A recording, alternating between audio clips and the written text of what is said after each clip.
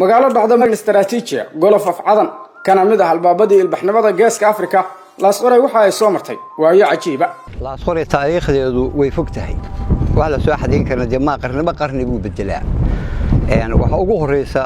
guryaha dabaqyada soo aragteen 1918 baa la asaasay waaga geeska Afrika ba kamay jirin guryo dabaqa nooc doonaan ba ahaayay oo la asaasay kuwa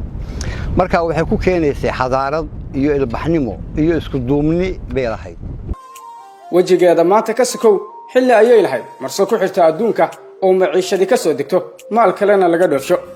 xaga dhaqaalaha waxa mareed ka beexid si boorta ah oo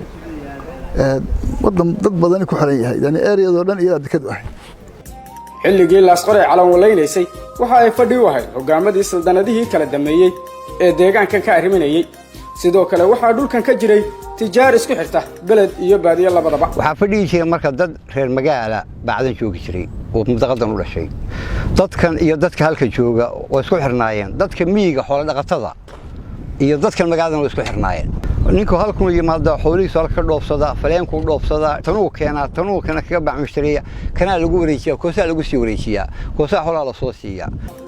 guurtidii nooga warantay taariikhda laas qoray waxa ay noo sheegeen inay jireen arrimo dhowr ah oo magaaladani mudnaan ku lahayd marka laga hadlayo la macaamilka adduunka xadaariin bay ahaayeen haddana la isugu yimaado miiska isku waagi hore damar baa jirtay siimaanka laas qoray saafatikii sahay markuu Greek mar baa jiray Yurub hadda lagu waashay iyo Mareykanka waxa loo aaray lama tagi kari jirin laakiin halka la mari jiray oo Turkiga la mari jiray oo Greek baa la tagi jiray Greeka markaa wuxuu ahaa meel dekada ugu weyn oo maraakiibta siimaanka qaata shirkad kasta halkaas ka qaata ninka Soomaaliga goorta Soomaaliga aan maxaa sheegtaa laas qoray baasboor laas qoray okay hal oran jiray horta la qaadan jiray taana waxa sameeynayay nimankii ka horeeyaa u sajaxay yani niman markuu si fiican yahay kan kale waa lagu taxgelinayaa ragga dunida isaga gooshay dabadda kuma ay faadi jirin oo nin walba inuu adduunka isaga talaabo ka sokow waxa uu lahaa raasmaal miyi waxa laga yaabaa isagoo 20 halaad iyo laba tiro ilaa iyo reerkii hayo buu calan joogi jiray oo 6 bilood 7 bilood 8 bilood sanadku maqnaa jiray hadda soo dhoofay isagoo safar sida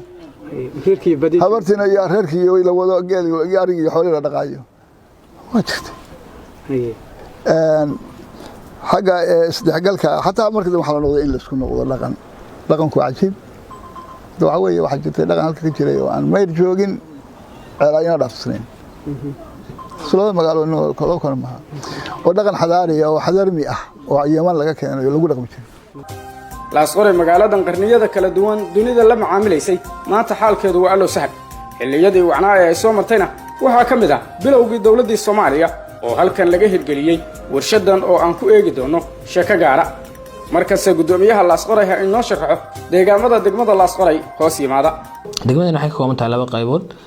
qayb xeeb ah iyo qayb buuraley ah buuraha calmadow waa hore u soo maray dalo iyo tiimkiisa ay hore u tageen oo aad ka quruxda badan haddana aad sii mari doontaan halkani waa xeebta iyo dhuldaaqsimeedka iyo badda iyo buuraha iyo maaragtay macdanta iyo xijiga iyo waxyaalaha khayraadka aad ka tira badan Ilaahay ku banaystay alxamdulillah rabbil alamin deegaanku waa deegaan guud ahaan nabdoon amni ah saa u dhexmaraysaaniin aan laga dareemi karo dhul amni ah in badan oo kamid ah bulshada halka deegaan ayaa qaba in ay jirto fursad mar kale laas qoray mudan ka dhigi karta taasi oo ay ka tahay dhulka macdanta lagu kunyo ee sanadahan laga shaqaysto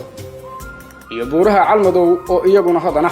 laakiin xasuusnow kuwaasi waxa barbar socda caqabado ay ka tahay wada xumada laas qoray ka jirta dhan walba